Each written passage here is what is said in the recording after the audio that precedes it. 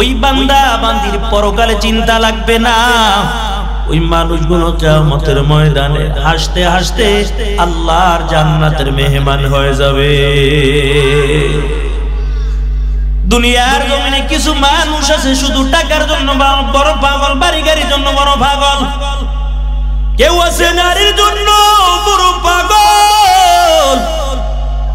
আর এই দুনিয়ার জমিনের মধ্যে এমন কিছু আল্লাহর খাঁটি বান্দা রয়েছে যারা টাকার পাগল না, বাড়ি গাড়ি পাগল না, নারীর পাগল না।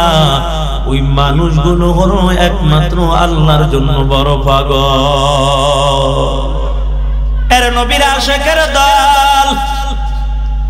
তবে যারা টাকার জন্য পাগল, নারীর জন্য যারা বড় পাগল, দেখবেন টাকার মালিক হতে পারে কিন্তু দিলের মধ্যে শান্তি নাই। এমনও আল্লাহর বান্দা জমিনের মধ্যে আছে বড় টাকার মালিক, সন্তান দিয়া শান্তি নাই, বিবি দিয়া শান্তি নাই। ওই কেমনে বা শান্তি আসবে? দিলটা দুনিয়া দুনিয়া দিয়া ভরপুর হয়ে আছে, হারাম পথ উপার্জন করতেছে। আল্লাহ তাআলা এই জন্য হাজারো পেরেশানি দিয়া বান্দা দিনটা ভরপুর করে রেখেছে। আর দুনিয়াদার মানুষ এরা শুধু দুনিয়াই চায়। আর আল্লাহর খাঁটি বান্দারা গভীর রাত্রে ওইটা মালিকের কুদরতি পায় সিজদা দিয়া কাঁদে আর বলে, আল্লাহ টাকার মালিক হতে চাই না, বাড়ি গাড়ির মালিক হতে চাই না। আয় আল্লাহ পরকালে যেন একটু তোমাকে দেখতে পাই। এর নবীর উম্মতের দল, আমি ছোট্ট একখানা আয়াতে কারিমা তেলাওয়াত করলাম। এই আয়াতে কারিমাটা আল্লাহ নাজিল করে দিয়েছে দুনিয়ার সব নারীদেরকে জানায়, তোমরা জাহালিয়াতের যুগের নারীদের মতো হইও না। কেমন ছিল জাহালিয়াতের যুগের নারীগুলো? যেই যুগের নারীরা এমন পোশাক পরিধান করত, এমন কি তার শরীরের চামড়া পর্যন্ত দেখা যাইত। আমাদের সমাজ এখন তাই বের হয়ে গেছে। কই গুন্না মাথায় দাও, এটা বড় বিরক্ত মনে করে, জন্য কাদের মধ্যে ঝুলাই রাখে। এর নবীর আশিকের দল।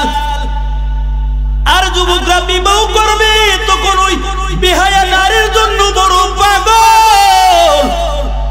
এমন বেহায়া নারী ঘরের মধ্যে আনবে, ওই বান্দা জীবনে কোনোদিন শান্তি চোখে দেখবে না। এই জন্য তো আমাদের সমাজে কত পুরুষ দেখা যায় ওই স্ত্রীদের জ্বালায় আত্মহত্যা করতে বাধ্য হয়ে যায়। সুলাইমান পয়গম্বরকে আল্লাহ বড় ক্ষমতার মালিক বানাইলো। তামাম দুনিয়ার বাদশাহী আল্লাহ দান করেছে। সুলাইমান পয়গম্বর যখন ক্ষমতার মধ্যে বসে গেল, রাজত্ব চালায়, তবে বিবাহ করা যখন বয়স হয়ে গেল, সুলাইমান পয়গম্বর রাজ্যের মধ্যে একটা ঘোষণা দিয়ে দিল, 4 গুণওয়ালা মেয়ে সুলাইমান পয়গম্বর বিবাহ করতে চায়। 2 গুণওয়ালা মেয়ে পায়, 3 গুণওয়ালা মেয়ে পায়, 4 গুণওয়ালা মেয়ে পায় না। সুলাইমান পয়গম্বর বিবাহ করতে পারে না। এরে যুবক, তুমিও যদি সুলাইমানের মতো 4 গুণওয়ালা মেয়ে বিবাহ করতে পারো, তোমারও কোনোদিন ঘরের মধ্যে অশান্তি আসবে না। আল্লাহ তাআলা শান্তি দিয়ে পুরা ঘরটা ভরপুর করে দিবে। সুলাইমান পয়গম্বর রাজ্যের মধ্যে ঘোষণা দিয়ে দিল, 4 গুণওয়ালা মেয়ে সুলাইমান পয়গম্বর বিবাহ করতে চায়, কিন্তু 2 গুণওয়ালা মেয়ে পায়, 3 গুণওয়ালা মেয়ে পায়, 4 গুণওয়ালা মেয়ে পায় না, বিবাহ করতে পারে না। রাজ্যের আনাচে কানাচে যখন সংবাদটা চলে গেল, ওই রাজ্যের মধ্যে একদল জেলে ছিল, নদীর মধ্যে মাছ ধরে ধরে তারপর জীবনটা চালাইতো। জেলের গানের মধ্যে আওয়াজ চলে গেল, তামাম দুনিয়ার বাদশা সুলাইমান পয়গম্বর 4 গুণওয়ালা মেয়ে বিবাহ করতে চায়। জেলে চিন্তা করলো, আল্লাহ আমাকে যে একটা সুন্দরী রূপসী একটা মেয়ে দান করেছে, তবে আমার মনে হয় আমার মেয়েটার মধ্যে আল্লাহ তাআলা 4টা গুণ দান করেছে। ও অনেক সময় দেখেন না গরিবের মেয়ে গরিব ভাবে রিস্কা চালায়, ঠেলা গাড়ি ঢালে, মানুষের বাড়ি বদলা দেয়, কিন্তু ছেলেটা বড় আলেম হয়ে গেছে। এর নবীর আশিকের দল ওই জেলে বাড়িতে যাইয়া বিবির সঙ্গে পরামর্শ করলো, রে বিবি সুলাইমান পয়গম্বর 4 গুণওয়ালা মেয়ে বিবাহ করতে চায়, তবে আল্লাহ আমাকে যে সুন্দরী রূপসী মেয়ে দান করেছেন, আমার মনে হয় আমার মেয়েটার মধ্যে আল্লাহ 4টা গুণ দান করেছে। এরে বিবি, তবে আমি সুলাইমানের কাছে বিয়ার প্রস্তাব নিয়ে যাব। জেলের বিবি ডাক দিয়া কয়, স্বামী না না দরকার নাই, কারণ সুলাইমানকে আল্লাহ তামাম দুনিয়ার বাদশাহী দান করেছেন, এটা সুলাইমান পয়গম্বর কোনদিন মেনে নিবে না। জেলেও চিন্তা করলো আসলে তো কথা সত্য, এটা মেনে নিবে না। কিন্তু আওয়াজ যখন মেয়ের কানের মধ্যে চলে যায়, মেয়েটা ডাক দিয়া বলে, মা চিন্তা করা লাগবে না, আমি সুলাইমানের কাছে বিয়ার প্রস্তাবটা পাঠাইব। যে আল্লাহ সুলাইমানকে টাকার মালিক বানাইলো, ওই আল্লাহ যদি চায় আমাকেও সুলাইমান পয়গম্বরের বিবি হিসাবে আল্লাহ কবুল করে নিতে পারে। তবে সুলাইমান পয়গম্বরের কাছে বিয়ের প্রস্তাব পাঠাইলাম, আর লিখে দেয়, ও পয়গম্বর আপনি 4 গুণওয়ালা মেয়ে বিবাহ করতে চেয়েছেন, আল্লাহ তাআলা আমার মধ্যে 4টা গুণ দান করেছে। তবে চিঠি নিচে লেখা দেয়, পয়গম্বর আমার বাবা বড় গরিব, নদীর মধ্যে মাছ ধরে ধরে জীবনটা চালায়। জেলের মেয়ে যখন বিয়ার প্রস্তাবটা পাঠাইলো, চিঠিটা যখন সুলাইমান পয়গম্বর পেয়ে গেল, সকল মন্ত্রীদেরকে ডাক দেয়া বলে, আসো 4 গুণওয়ালা মেয়ে পাইলাম, দেখো মেয়েটার বাড়ি কই, মেয়েটার ঘর কই, মেয়েটার বাবার নামটা কি একটু খবর নাও, কারণ 4 গুণওয়ালা মেয়ে পাইলাম, এই মেয়েটাকে বিবাহ করতে চাই। একজন মন্ত্রী দাঁড়াইয়া বলে, বাদশাহ মহারাজ এই মেয়েকে আপনি বিবাহ করতে পারবেন না, কারণ এই মেয়ের বাবাই তো গরিব মানুষ, নদীর মধ্যে মাছ ধরে ধরে জীবনটা চালায়। ও পয়গম্বর আপনি তামাম দুনিয়ার বাদশা হইয়া যদি একজন জেলের মেয়েকে বিবাহ করেন, মানুষ বলবে সুলাইমান পয়গম্বর একজন জেলের মেয়েকে বিবাহ করেছে। ও পয়গম্বর না না, এটা কোনোদিন সম্ভব হতে পারে না। সুলাইমান পয়গম্বর চিন্তা করলো, আসলে তো কথা সত্য। এই চিন্তা করে মনের মধ্যে বড় রাগ নিয়ে চিঠিটা ছিঁড়ে টুকরা টুকরা করে জমিনের মধ্যে যখন ফেলে দেয়, আল্লাহ বলে, পয়গম্বর এমন ভাবটা কেন দেখাইলে? কারণ ক্ষমতার মালিক বানাইলাম আমি আল্লাহ, টাকার মালিক তো বানাইলাম আমি আল্লাহ, এত ভাবটা কেন আপনি কেন দেখাইলেন? তবে আওয়াজটাও যখন সংবাদ যখন মেয়ের কানের মধ্যে চলে গেল, ওই মেয়েটা 2 রাকাত নামাজ আদায় করার পর মালিকের কুদরতি পায়ে সিজদা দিয়া কাঁদে আর বলে, আল্লাহ তুমি আমাকে গরিবের সন্তান বানাইছো, আয় আল্লাহ সুলাইমানকে তামাম দুনিয়ার বাদশাহী দান করেছো, তবে তোমার কাছে বিচার দিলাম ওই সুলাইমানকে গরিব বানায়া আমাকে টাকার মালিক বানায়া সুলাইমানের বিবি হিসেবে কবুল করে না। মেয়েটার তো আল্লাহ তাআলা কবুল করে নিয়েছে। এরে আল্লাহর বান্দা, তবে সুলাইমান পয়গম্বরের উপর আল্লাহর বড় পরীক্ষা শুরু হয়ে গেল। কয় কেমন পরীক্ষা সুলাইমান পয়গম্বরের উপর শুরু হয়ে গেল? এক এক নবীকে আল্লাহ তাআলা এক এক ধরনের মুজিজা দিয়েছিল। মুসা নবীর মুজিজা হলো হাতের মধ্যে ছিল লাঠি, এই লাঠি যখন জমিনের মধ্যে ফালাইতো কয় বড় সাপ হইয়া যাইতো। আবার লাঠি দিয়া যখন সাগরের পানির মধ্যে যখন আঘাত করতো কয় 2 পাশের পানি 2 দিকে ভাগ হইয়া মাঝখান থেকে রাস্তা হইয়া যাইতো। আর সুলাইমান পয়গম্বরের মুজিজা হলো আল্লাহ একটা আংটি দান করেছে। মুফাসসিরিন کرام বলেন আমাদের পয়গম্বর মুহাম্মাদুর রাসূলুল্লাহ সাল্লাল্লাহু আলাইহি ওয়াসাল্লামকে আল্লাহ একটার দুইটা মুজিজা দান করে নাই, কমপক্ষে আমাদের নবীকে আল্লাহ তাআলা 3000 মুজিজা দান করেছে। ইমামুল আউয়ালিন ওয়াল আখিরিন বাহরে সাদাকান রাহমাতাল লিল আলামিন সাইয়্যিদুল কাওনাইন খাতুমুল মুরসালিন আখিরা মুদুদ ফখরুল আউয়ালিন শাদা আজুদাশ রাহমাতাল লিল আলামিন মসজিদে ওশনামান ওয়া জমিন। এর নবীর উম্মতের দল সুলাইমান পয়গম্বর মুজিজা হলো হাতের মধ্যে একটা আংটি। আল্লাহ তাআলা আংটির উপর হুকুম জারি করে দেয়, ও পয়গম্বর সুলাইমান আংটি নিয়ে অমুক জায়গায় যেতে পারবেন না, আংটি নিয়ে ওয়াশরুমে যেতে পারবেন না, এমন করে করে বিশেষ বিশেষ কিছু হুকুম জারি করে দিল।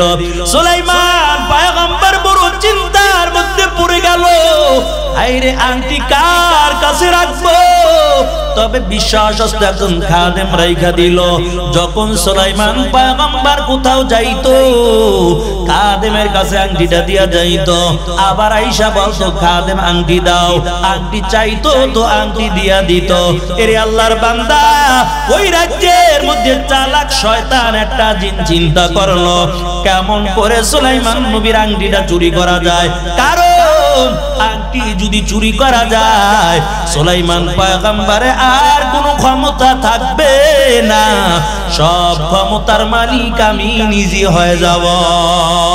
এই চিন্তা করার পর আংটি চুরি করার জন্য বড় একটা কৌশল খাটাইল। ওই সুলাইমান নবী যখন খাদেমের কাছে আংটি রাখবে, আমি ওই খাদেমের কাছ থেকে সুলাইমানের আকৃতি দইরা যায় আংটিটা চুরি করে আনবো।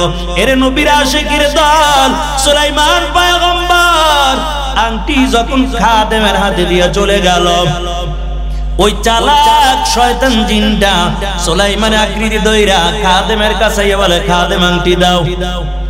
আংটি চাইছে তো আংটি দিয়ে দিছে। আংটি দেওয়ার পর যখন আংটি চালাক শয়তান জিনের হাতের মধ্যে চলে গেল, এখন চালাক জিনটা একটা পোল্টি মারছে, এ খাদেম আর তোমাকে লাগবে না, কারণ আংটি আমার হাতে, আমি আংটি নিয়ে রাজ সিংহাসনে চললাম, তোমার পথে এখন তুমি চলে যাও। খাদেম কয়, কি ব্যাপার? এতদিন তো আমার সাথে ভালো ব্যবহারই করলো, কি আবার হইলো আমারে ছাইরা দিয়ে এখন আবার হ্যাঁ আবার নিজের সিংহাসনে বসে। তবে দেওয়ার সময় একটা কথা বলে যাই, রাজ্যের মধ্যে কিন্তু একজন নকল সুলাইমান আছে, দেখতে কিন্তু আমার মতন দেখা যায়। পরে যেই জায়গায় পাইবা ওই জায়গায় বালা করে সাইজ করবা, নাইলে সমাজে বেজাল লাগবে। এই কথা বলে চালাক শয়তান জিনটা আংটি নিয়ে আর সিংহাসনের মধ্যে চলে যায়। সুলাইমান পয়গম্বর খাদেমের কাছে এসে বলে, খাদেম আংটি দাও। কি আংটি দিব? কয় আমি যে আংটি রাখছিলাম আংটি কই? সুলাইমান আংটি তো সুলাইমান নিয়ে গেছে। তুমি কে? পরে আমি তো সুলাইমান, কে এবার আংটি নিয়ে গেল? খাদেম ডাক দিয়া বলে, সুলাইমান নবীর আংটি নিয়ে সুলাইমান আর সিংহাসনে বসে গেছে। সুলাইমান পয়গম্বর ডাক দিয়ে কারে বড় সর্বনাশ বুঝি হয়ে গেল। তাড়াতাড়ি সিংহাসনের দিকে দৌড়ায়। রাজসিংহাসনেও চালাক শয়তান জিনটা আংটি হাতের মধ্যে নিয়া আবার সকলকে একটা ঘোষণা দিয়া জানাইয়া দেয়, এই রাজ্যের মধ্যে কিন্তু একজন নকল সুলাইমান আছে, দেখতে আমার মতন দেখা যায়। পরে যেই জায়গায় পাইবা ওই জায়গায় বিদায় করে দিবে, নাইলে বেজাল লাগা যাবে। সুলাইমান নবী যখন দরবারে হাজির হয়, নজর করে দেখতে পায় ওই চালাক শয়তান জিনটা আংটি হাতের মধ্যে নিয়ে তার রাজত্ব চালায়। এরে আল্লাহর বান্দা, ওই চালাক শয়তান জিনটা সুলাইমান পয়গম্বরকে দেখার পর ডাক দিয়া বলে, দেখ নকল সুলাইমান আইছে। ওরে বালা কইরা মাইরা দিরা শত শত মাইল দূরে ফেলা। আংটি এখন জিনের শয়তানের হাতে, সব মানুষগুলো এখন তার কথাই শুনে। সুলাইমান পয়গম্বরের হাতে পায়ে রশি দিয়ে বাইদা শত শত মাইল দূরে যখন ফেলে দেয়, ওই জেলে মাছ ধরে যখন আবার বাড়ির দিকে রওনা হয়ে যায়, হঠাৎ করে নজর করে দেখতে পায় এত সুন্দর ফুটফুটে চেহারার অধিকারী একটা যুবক এমন করে রাস্তার কিনারায় পড়ে আছে। জেলে ডাক দিয়ে বলে, যুবক, কোথায় তোমার বাড়ি, কোথায় তোমার ঘর, এমন অবস্থাটা কেন? সুলাইমান পয়গম্বর চিন্তা করলো, রাজ্যের সবাই জানে এখন আমি নকল সুলাইমান, নামের পরিচয় দেওয়া যাবে না, কারণ আমার হাতে আংটিও নাই আর আমার কোনো ক্ষমতাও নাই। তবে নামটা গোপন রাখার পর সুলাইমান নবী ডাক দিয়ে বলে, যুবক, তবে আমি বড় অসুস্থ, তোমার যদি মনে চায় একটু বাড়িতে নিয়ে সেবা যত্ন করে দাও। জেলে সুলাইমান পয়গম্বরকে নিয়ে বাড়ি চলে গেল। সেবা যত্ন করার পর যখন সুলাইমান পয়গম্বর সুস্থ হয়ে গেল, একদিন জেলে ডাক দিয়ে বলে, রে যুবক, তবে আমি তো বড় গরিব, তুমি যদি চাও আমার বাড়িতে থাকবা, আমার সঙ্গে কাজ করবা, চলো আমরা নদীর মধ্যে মাছ ধরতে যাব। সুলাইমান পয়গম্বর চিন্তা করলো, যাওয়ার আর কোনো জায়গা নাই, তবে আর করার কি আছে? জেলের সঙ্গে মাছ ধরার জন্য যখন নদীর মধ্যে চলে যায়, আল্লাহর কি কুদরত, অন্য দিনের তুলনায় ওদিন জেলে ডবল মাছ পেয়ে যায়। জেলে যখন ডবল মাছ পেয়ে গেল, জেলের আর বুঝতে বাকি নাই, এই ছেলের কপালটা তো খুব ভালো, এই ছেলেটা তো একজন আল্লাহওয়ালা বুজুর্গ ছেলে, এই ছেলেটা তো একজন দিনদার ছেলের মতন দেখা যায়। এমন করে করে মাছ ধরে ধরে একটা বছর কাটাইলো। একদিন জেলে ডাকতে বলে, যুবক, তবে একটা বছর তুমি আমার বাড়ি থাকো, তবে আমার সুন্দর রূপসী একটা মেয়ে আছে, এর যুবক, তুমি যদি রাজি হও আমার সুন্দরী মেয়েটা আমি তোমার সঙ্গে বিবাহ দিতে চাই।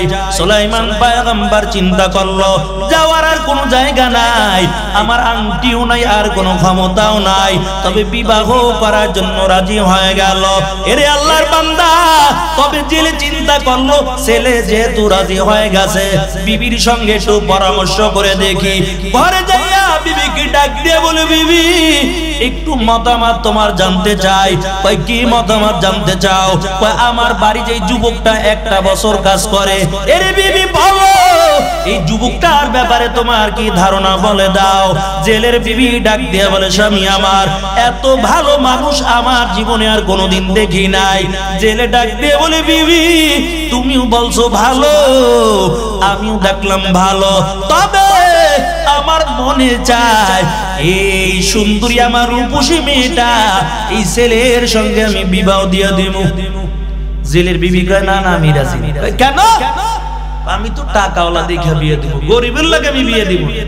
কারণ মহিলাদের মধ্যে দুনিয়ার জমিনে দুইটা জিনিসের লোভ বেশি, একটা হলো টাকার লোভ আর একটা হলো স্বর্ণের লোভ। এই জন্য আমাদের সমাজেও মাঝে মাঝে দেখা যায় একটা দুইটা সন্তান রাইকাও টাকাওয়ালা দেখা আর একজনের লগে হিজরত কইরা চইলা যায়। কথা বলেন ঠিক কি না? কই, কি রে, হিজরত কেন করছো? আরে আমার ভবিষ্যৎ আছে না, টাকার লোভটা বেশি। লম্বা ইতিহাস, জেলেও রাজি, বিবিও রাজি হয়ে গেল আর ছেলেও রাজি হয়ে গেল। সকাল বেলা কাজে আইনা বিবাহ হয়ে গেল। যখন সকাল বেলা বিবাহটা হয়ে গেল, কিন্তু আজকে তার বাসর রাত, বাসর ঘরটা সাজাবে এমন কোনো ব্যবস্থা নাই। দুপুর বেলা মাছ ধরতে যাবে, তবে নতুন জামাই কেমন করে বলি চলো মাছ ধরতে যাই, একটু শরম শরম লাগে। এই জন্য জেলে ডাক দিয়া নতুন জামাইকেও কিছু বলে না। তবে দেশের অবস্থা 12টা বেজে গেছে, কয় একটা বছর যিনি শয়তান রাজত্ব চালায়, কয় গুনাগুনি মারামারি হিংসা বিদ্বেষের অভাব নাই। লোকেরা ডাক দিয়ে বলে, আমাদের সুলাইমান তো এমন জুলুম অত্যাচার করতে পারে না, কি ব্যাপার, এমন কাজ তো আর কোনোদিন হয় নাই। তবে সুলাইমান পয়গম্বরের খাদেম একটা শক্তিশালী জিন ছিল, ওই জিনটা মাঝে মাঝে সুলাইমান পয়গম্বর ডাকতো। একটা বছর হয়ে গেল, হাতের মধ্যেও আংটিও নাই আর ক্ষমতাও নাই। ওই চালাক ওই সুলাইমান নবীর শক্তিশালী জিনটাকেও ডাকতে পারে না। এরে আল্লাহর বান্দা, তবে সুলাইমান নবীর খাদেম জিনটা একটা বছর পর চিন্তা করলো, কই কি ব্যাপার, একটা বছর হয়ে গেল সুলাইমান পয়গম্বর তো আমাকে ডাকে না, না জানি সুলাইমান পয়গম্বর আমার উপর রাগ করলো, আমি আজকে রাজ দরবারে যাব, দেখবো সুলাইমান নবী আমার উপর রাগ করলো কিনা। ওই শক্তিশালী জিনটা যখন সুলাইমান পয়গম্বরের রাজ দরবারে হাজির হয়, নজর করে দেখতে পায়, কয় এ তো আসল সুলাইমান না, নকল সুলাইমান বসে বসে তার ভর রাজত্ব চালায়। সুলাইমান নবীর খাদেম জিনটা ডাক দিয়ে বলে, তুমি কেন না সিংহাসনে বসা, বলো আমাদের সুলাইমান কোথায় বলো। ইসালাক জিন চিন্তা করলে, খাইছে আজকে তো ধরা খেয়ে গেছে, একটা বছর তো রাজত্ব চালাইলাম, আজকে তো বসের কাছে ধরা খেয়ে গেছি। কারণ জিনে দেখা জিন চিনা ফেলাইছে, ওই চোরে চোর চিনে, ডাকাইতে ডাকাই চিনে, ভালো মানুষ চিনে, আর জমিনের মধ্যে আল্লাহ ওয়ালারা আল্লাহ ওয়ালা চিনে। কথা বলেন ঠিক কিনা? এর নবীর উম্মতের দল ওই সুলাইমান পয়গম্বরের খাদেম জিনটা কাম কো, সুলাইমান কই তুমি কে? এই সিংহাসন ছাইরা দিছে দৌড়, কাকে নিজের জীবনটা বাঁচাই। যখন নিজের জীবন বাঁচানোর লেগে দৌড়ায়, সুলাইমান নবীর খাদেম জিনটা ডাক দিয়া কয়, আমগো সুলাইমান কই তাড়াতাড়ি গয়া যাও। হঠাৎ করে নজর করে দেখতে পায় সুলাইমান পয়গম্বরের হাতের আংটিটাও চালাক শয়তান জিনের হাতের মধ্যে দেখা যায়। খাদেম জিনটা ডাক দিয়া বলে, জলদি করে সুলাইমান পয়গম্বরের আংটি দিয়া যাও। আংটির খবর যখন খাদেম জিনটা যাই না গেল, ওই চালাক জিন চিন্তা করলো, আংটি যদি নিয়ে যায় অবস্থা 12টা বাজাই দিবে, আংটি দেওয়া যাবে না। নিজে বাঁচার জন্য আংটিটা খুইলা নদীর মধ্যে ফালাইয়া দেয়। ওই নদীর একটা মাছ আদার মনে কইরা আংটিটা খাইয়া ফালাইছে। আংটি যখন নদীর মাছে খাইলো, ওই মাছের পিছে পিছে এখন হাজার হাজার মাছ দৌড়ায়। মাছে কি ব্যাপার, কোন তাবিজ খেয়ে এবার কোন বেজালে বেজালে, এতদিন দেখলা ছিলাম ভালোই ছিলাম, এখন যেদিকে যাই দিয়ে হাজার হাজার মাছ দৌড়ায়, কি ব্যাপার কিছুই তো বুঝলাম না। এরে আল্লাহর বান্দা, তবে জামাই শ্বশুর দুবার বেলা দুইজনে পরামর্শ করলো, কারণ ঘরের মধ্যেও খাবার নাই, চলো অন্য দিনের মতো আমরা নদীর মধ্যে মাছ ধরতে যাব। জামাই শ্বশুর দুইজনে মিলে যখন নদীর মধ্যে মাছ ধরতে চলে যায়, আল্লাহর কি কুদরত, অন্য দিনের মতো যখন নদীর মধ্যে জালটা ফালাইলো, ওই মাছটা পাগলের মতো ঘুরতে ঘুরতে ঘুরতে ঘুরতে পাগলের মতো গুইরা জামাই শ্বশুরের জালের মধ্যে ঢুকে গেল। ওই মাছের পিছে পিছে হাজার হাজার মাছ ঢুকে যায়। কিতাবের মধ্যে লেখে, ওই দিন জামাই শ্বশুর দুইজনে মিলে পুরা এক নৌকা মাছ পেয়ে যায়। জেলের দিলের মধ্যে বড় আনন্দ। সকাল বেলা মেয়েটা বিয়ে দিলাম, দুপুর বেলা মাছ ধরতে দিলাম, এক নৌকা মাছ পাইছি। তবে বাকি মাছগুলো বিক্রয় করে দিল, বড় মাছটা আলাদা করে রাখছে, কারণ বাড়িতে নিয়ে যাব, নতুন জামাই আজকে মাছটা খাওয়াবো।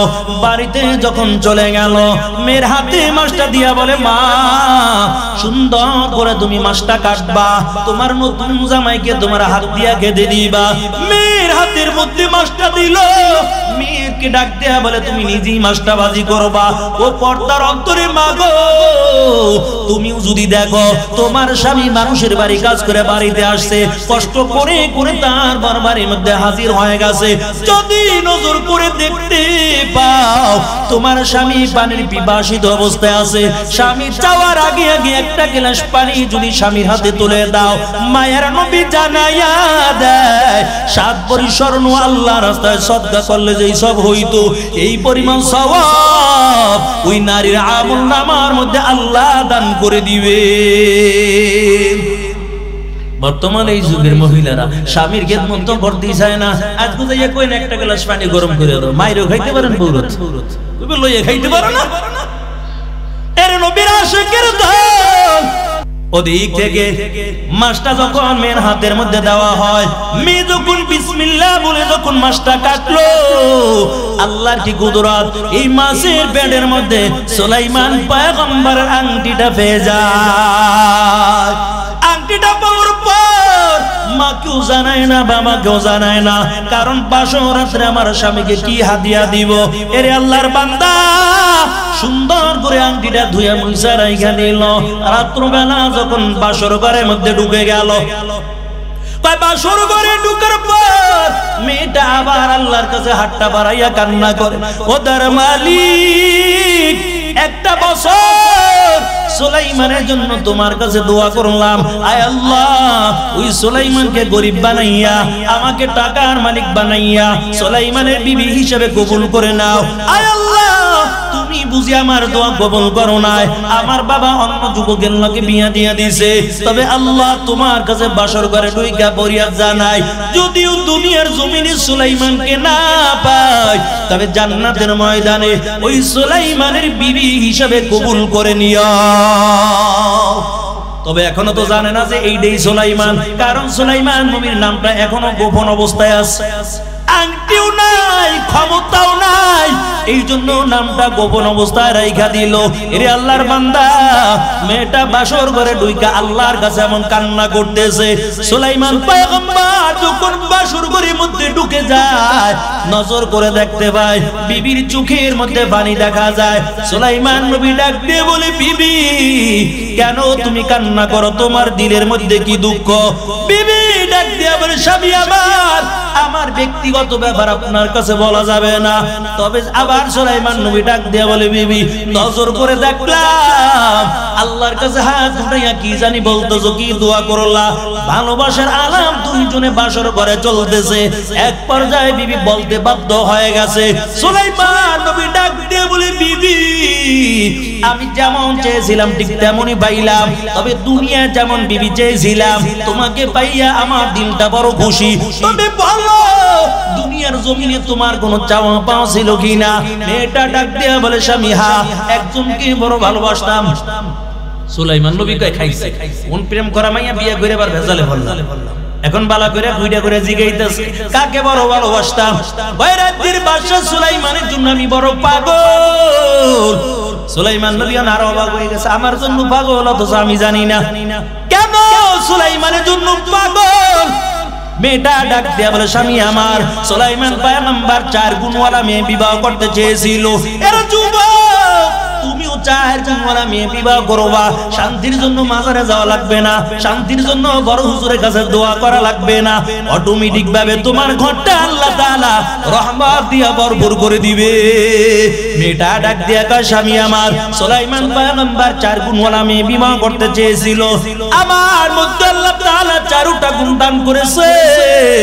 তবে সুলাইমানের কাছে যখন বিয়ার প্রস্তাবটা পাঠাইলাম, সুলাইমান আমাকে বিবাহ করতে রাজি হয় নাই, বরং আমার বিয়ের প্রস্তাবে চিড়িটা চিড়ে টুকরা টুকরা করে জমিনের মধ্যে চিড়া ফালাই দিছে।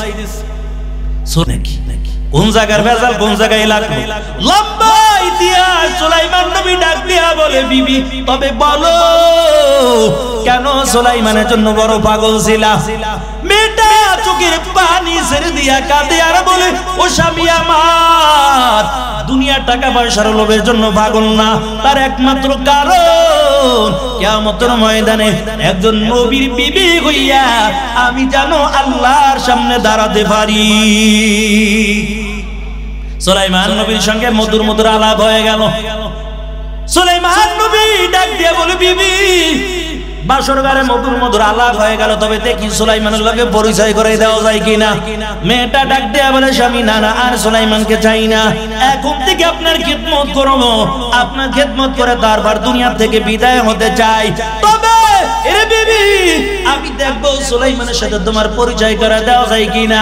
তবে সময় যেহেতু শেষ হয়ে গেছে, রাত্র গভীর, একটু বাতি বন্ধ করে দাও, আমরা আরামে বাসর ঘরে ঘুমিয়ে যাব।